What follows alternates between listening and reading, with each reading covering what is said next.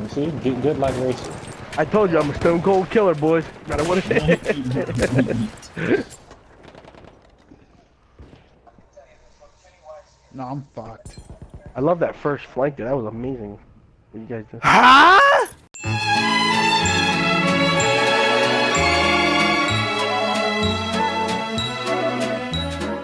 Let me start off the video by saying that the purpose of this is to not slam dice with insults, but this is to highlight how Battlefield 1 is one of the biggest piles of missed potential in the past 2 years of gaming. And I mean that. You had the chance to put the Battlefield franchise on a new pedestal, but unfortunately, the Incredible Hulk came and fucking drop-kicked that pedestal out from under you, and we have this piece of shit game that hides behind its graphical and conceptual genius. But I didn't always think of the game this way. I only adopted this opinion after actually playing the game for an extended period of time, and I mean actually play the game every day for the past few months. It actually makes me sad that I'm so damn good at this game that I'm honored enough to play for Team USA in Battlefield Nations and be recognized in the competitive community as a good player, but besides those highlights, this game has a very effective way of pissing me off every time I play it. Effective enough to make me question whether I actually want to get on or not.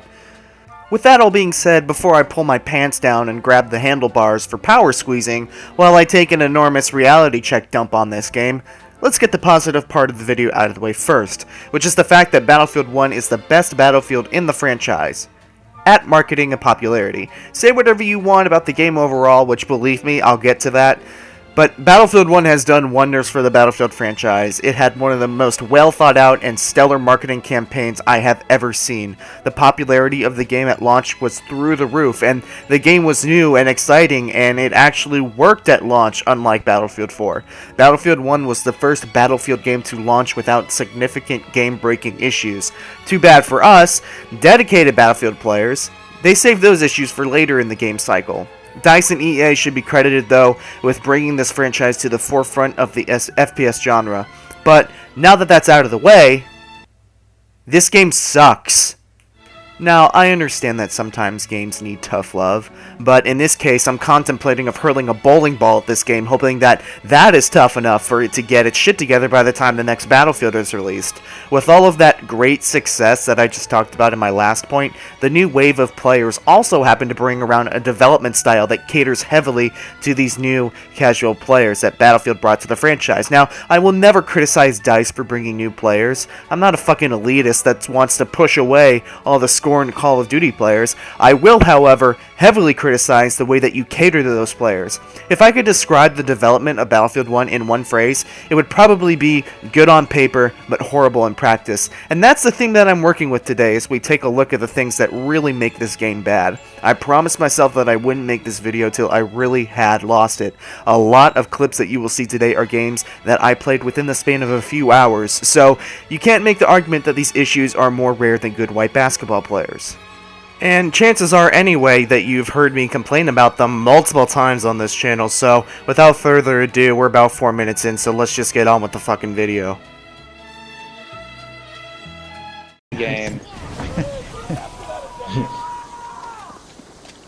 I'm guessing it's a similar story though. Why? Why is that a part of the game? Why is that part of the game? Where you can bayonet charge around a fucking corner. I knew it. Starting off the list of bullshit, we have the Bayonet Charge, the very pinnacle of good on paper, but horrible in practice. I remember seeing this at the EA Play event where this game was first teased, where Jack Fraz bayonet charged someone, and I thought, wow, that's pretty neat, but if I could go back in time to that exact moment, I would smack myself in the mouth because I didn't know the amount of sheer abuse that would come from this mechanic. There are players that will blindly bayonet charge around corners because they know they will at least get one person, and that person, more often than not, is me. And the worst part is that you can't get revived after this bullshit, and also, you can trigger this animation from literally within enough distance that I could reach out and touch the other player. And I know that DICE thinks that making the hitbox worse than the Cleveland Browns will fix this issue. Well, it fucking doesn't prevent these douchebags from bayonet charging around corners and killing you because it's so easy to do and there's nothing that you can do to prevent it.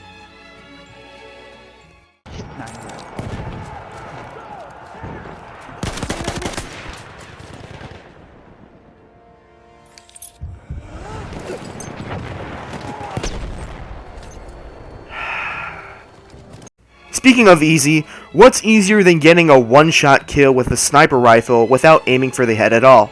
The sweet spot is a pathetic mechanic of the game that should never have been included in the first place. How does it feel knowing that the Martini Henry would never even exist in the game if the sweet spot mechanic was never implemented?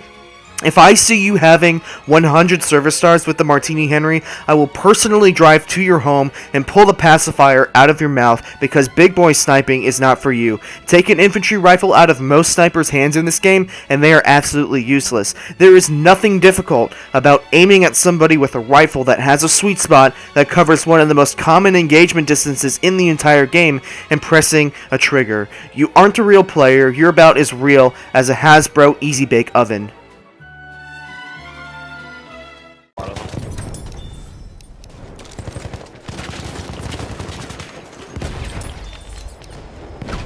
Oh my god, intrinsic! Oh my fucking god!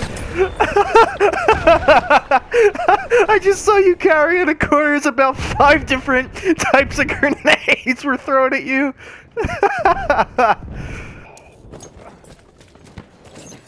Oh, rifle grenade!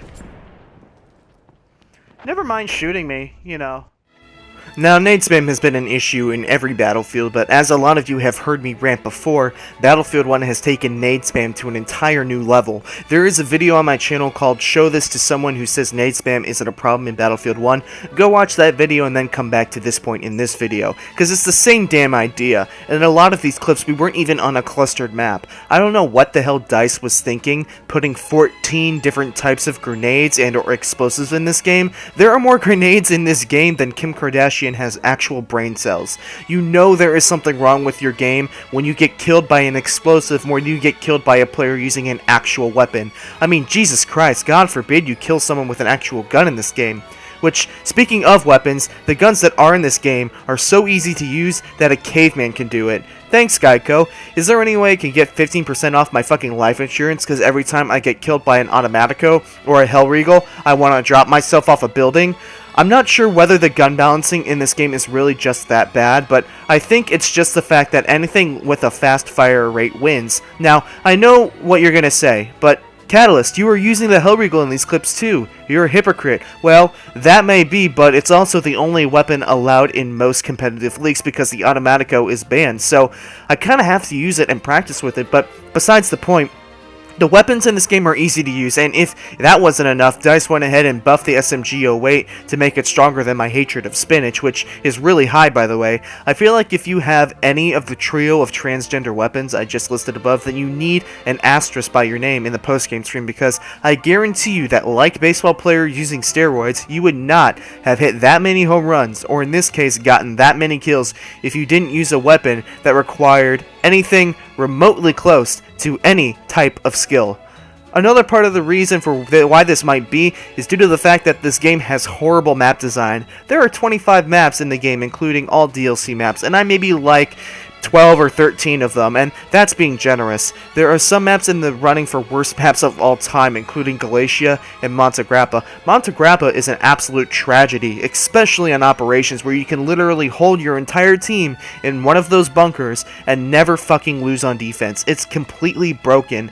Heligoland Blight is an absolute fuck up. It's like waking up and finding out the girl you brought home is actually a man, because you play the map and you're like, oh, this is cool, and then you wake up and you just start screaming, and before you know it, I'm gay. Now, you probably heard me say I like 13 of the maps, and you're probably like, well, Catalyst, that's almost half the maps. And yes, you're right, but the caveat here is that a fair number of those can become real spawn traps or really boring running simulators. If you ever need something to help you fall asleep, play Cyanide Desert, because you'll actually pass out before you find somebody to kill on that map. And when you are steamrolling like that, it speaks to the game balancing, which can be a real nightmare. Now, this screenshot is the only example I have on hand, and this was taken no more than 5 seconds after we won the the first map, and sure, it's not indicative of the entire match, but I have seen games where my team has 31 players and the other team has like 25, and the joining player gets put on my team. It's like DICE is playing a game of Uno and has about 3 draw 4 cards and plays them all in a row and just buries the other team, hoping that somehow that other team is the Undertaker and rises back from the dead to somehow beat the other team that has about 7 to 8 extra players. Too bad that sometimes those extra players are like this poor soul.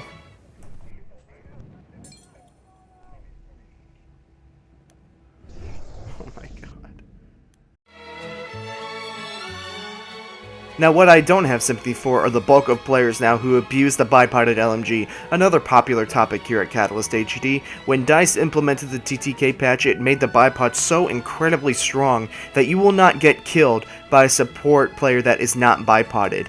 DICE has essentially encouraged players to stay away from the objective bipoded, and it severely damages the flow of the game. The M1917 Browning was particularly made for this situation. You'll see players that spend so much time bipoded in one spot that they have enough time to put down a payment on a house and raise 3 kids before somebody kills them, because if you bipod in the right spot, it's impossible to die because you can't get flanked and you can't get killed up front. Might as well get a nice car and a 401k and maybe even a Roth fund while you're at it. And if you don't believe me, take a look at this clip. Yeah, my turn to bipod now, bitches. Look how easy this is. Ah! Boys, we're going through this window right here. No, get out, come back. What are you doing? Don't come through that door. The fuck are you talking to? Fucking you. Dude, I'll come It's the back. safe way in. Well, I'm throwing dynamite there first.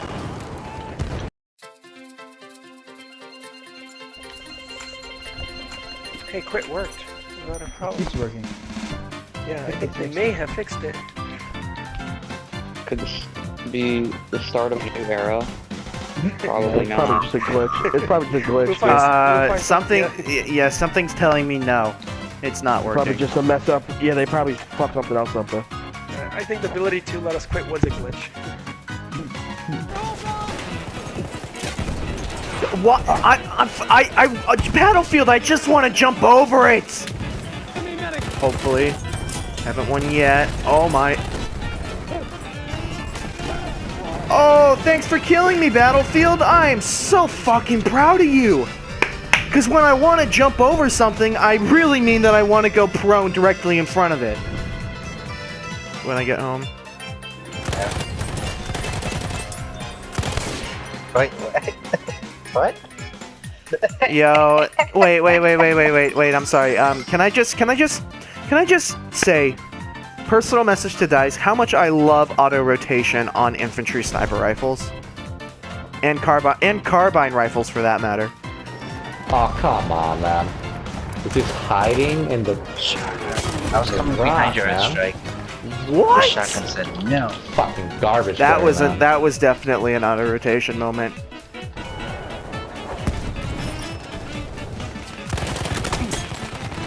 This kid auto-rotationed me again! You can tell! You can tell! So, what I was saying to the point before is that I was in the cabin on A and I shot a hole in the middle of the door. And he was running down and I caught him completely by surprise and I got headshot immediately.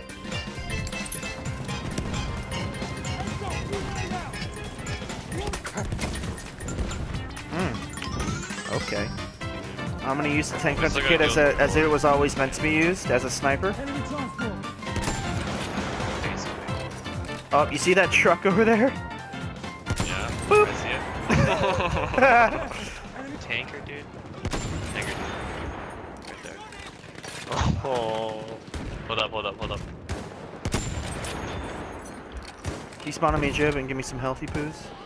Now, recently, Incursions came out, and I really saw this update as a slap in the face because essentially it's an entire other game that they have been working on for a year. Meanwhile, you still have glitches and bugs that have been in this game for over a year, including that vaulting glitch and the various glitches that come from the menu UI. Now, what wasn't captured are about the 5 to 10 medic revive glitches that are in the game, where you either become Michael J. Fox and twitch uncontrollably like you have Parkinson's, or you can't aim your weapon vertically, or you are stuck in a never-ending loop of putting down medic crates or ammo crates or whatever. And in addition to this, DICE disastrously broke the game during the Apocalypse DLC update. And yeah, they fixed it a week later, good for them, but in this April update patch, did they fix all the rest of the bugs? Of course not. They changed around the UI a little bit and made it so I can access my customization menu faster. Thanks, DICE. That's exactly what I wanted. And in terms of auto-rotation, it's something that the game allows new players to learn how to aim, but all it really is a more stealthy aimbot because it literally snaps to the head of the person you were shooting at. And with that being said, there's absolutely no reason as to why it should be on a sniper rifle of any kind. Behemoths were something that were a big part of the marketing, but in reality, it's just another annoying game mechanic that can kill you and get someone easy undeserved kills. And at the end of the day, it doesn't work. I have never seen a team come back because of Behemoth, and that's the main purpose of what it was supposed to do. And the final thing, sentry kits. A nice idea on paper, but the reality is that it is cheap and abused, and again, it grants easy kills that the player would not have gotten if he were a regular class. I decided to rush this and put this all at the end because I realized the video was getting long, but regardless, I hope you enjoyed it. If you did, drop a like on it. It took me a while to make. If you are new here, subscribe, and I will see you another time, but no time soon. I've decided to take a break from making Battlefield 1 content because, as you can see, I'm not enjoying the game at all, and my time could be better spent elsewhere. I do have videos made, so I will post those, but I will not be actively making content.